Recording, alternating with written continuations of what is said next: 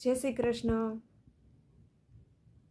દુનિયામાં સૌથી ભાગ્યશાળી વ્યક્તિ તો એ જ કહેવાય કે જેને ભોજન સાથે ભૂખ, પથારી સાથે ઊંઘ ને ધન સાથે ધર્મ, બાકી તો મોંઘા બેડ અને લાખો રૂપિયા હોવા છતાં અને 32 જાતના ભોજન હોવા છતાં વ્યક્તિ સુખ અને ચેનથી રહી શકતો નથી।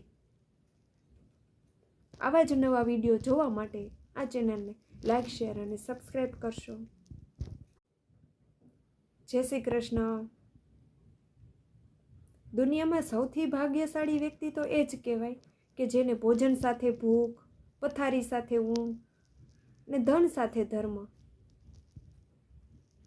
બાકી તો મોંઘા બેડ અને લાખો રૂપિયા હોવા છતાં અને 32 જાતના ભોજન હોવા છતાં વ્યક્તિ સુખ અને ચેનથી રહી શકતો નથી।